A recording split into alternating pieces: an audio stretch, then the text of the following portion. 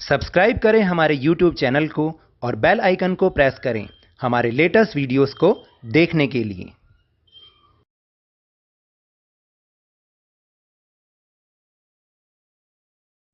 Hello and welcome to Lavneesh sir की क्लास। आज की ये शिक्षा निदेशालय राष्ट्रीय राजधानी क्षेत्र दिल्ली की वर्कशीट नंबर 10 जो कि कक्षा 9वीं के विद्यार्थियों के लिए है।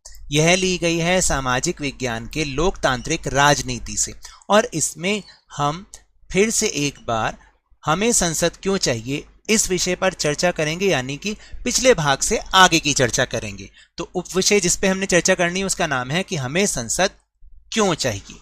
तो चलिए बिना समय गवाए शुरुआत करते हैं मेरे साथ और समझने की कोशिश करते हैं कि संसद की भूमिका, आखिर संसद का रोल क्या है हमारे देश के लिए। हमारे देश में भारत को बहुत सारे निर्वाचन क्षेत्रों, याद रखना ये शब्द बार बार आएगा, निर्वाचन क्षेत्रों यानी वह स्थान जिसके लिए चुनाव होता है, में बांटा गया है। प्रत्येक निर्वाचन क्षेत्र में से एक व्यक्ति को चुनाव जीतने पर संसद में भेजा जाता है। चुनाव लड़ने वाले उम्मीदवार आमतौर पर अलग अलग राजनीतिक दलों के सदस्य होते हैं। फिर चुने जाने के बाद ये उम्मीदवार संसद सदस्य या फिर सांसद या फिर इंग्लिश में एमपी कहलाते हैं। याद रखना, एमपी मेंबर ऑफ पार्लियामेंट या सांसद या संसद सदस्य। इन सांसदों को मिलाकर ही संसद बनती है। ये होती है संसद की भूमिका। यानी कहने का मतलब है कि पूरे देश में जब बहुत सारे निर्वाचन क्षेत्रों में हमारे देश को बांटा जाता है तो हर निर्वाचन क्षेत्र से एक व्यक्ति जीतेगा और उसको संसद भेजा जाएगा, क्योंकि ये अलग अलग राजनीतिक दलों के सदस्य होते हैं। फिर जिसकी पार्टी जीतती है वो आगे सरकार भी बनाती है। चलिए वो आगे हम अभी समझ रहे हैं। फिर दूसरा पॉइंट है कि संसद के कार्य।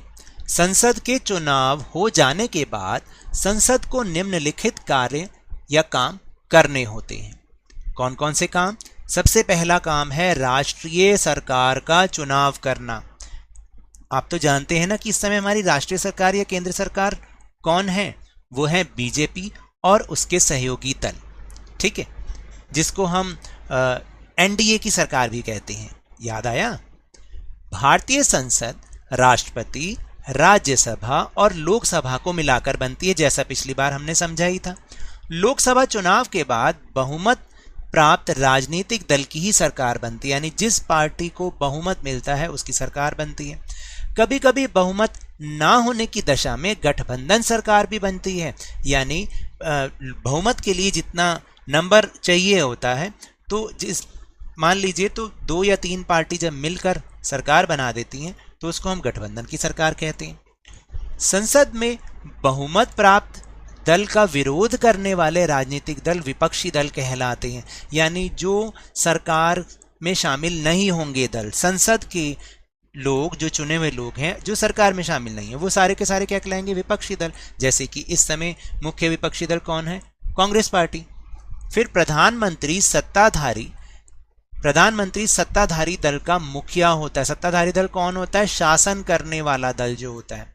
प्रधानमंत्री अन्य मंत्रियों का चुनाव करते हैं, जैसे स्वास्थ्य मंत्री, शिक्षा मंत्री, वित्त मंत्री, जो इनसे संबंधित सरकारी कार्यों का जिम्मा संभालते हैं। यानी प्रधानमंत्री का पहले चुनाव होता है क्योंकि वो मुखिया होते हैं, और फिर प्रधानमंत्री ही अन्य मंत्रियों का चुनाव करते हैं। जैसे अभी अभी आपको पता हो, कुछ दिन पहले ही हमारे प्रधानमंत्री श्री नरेंद्र मोदी जी ने अपनी कैबिनेट का विस्तार किया और नए मंत्रियों को चुना है।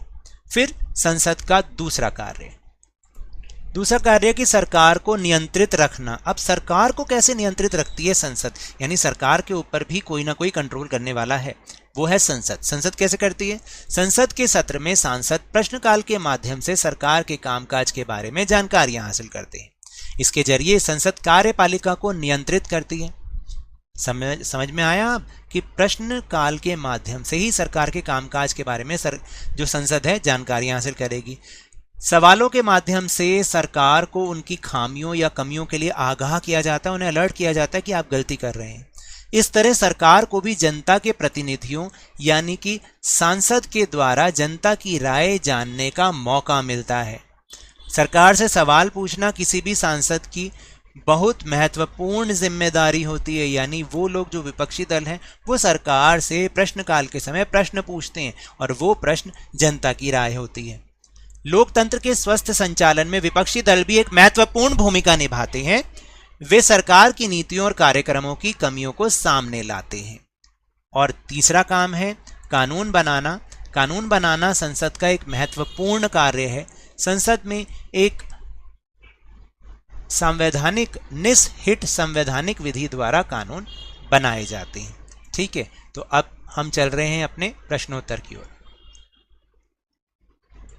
तो पहला प्रश्न है कि हमारे देश के लिए संसद क्यों महत्वपूर्ण है।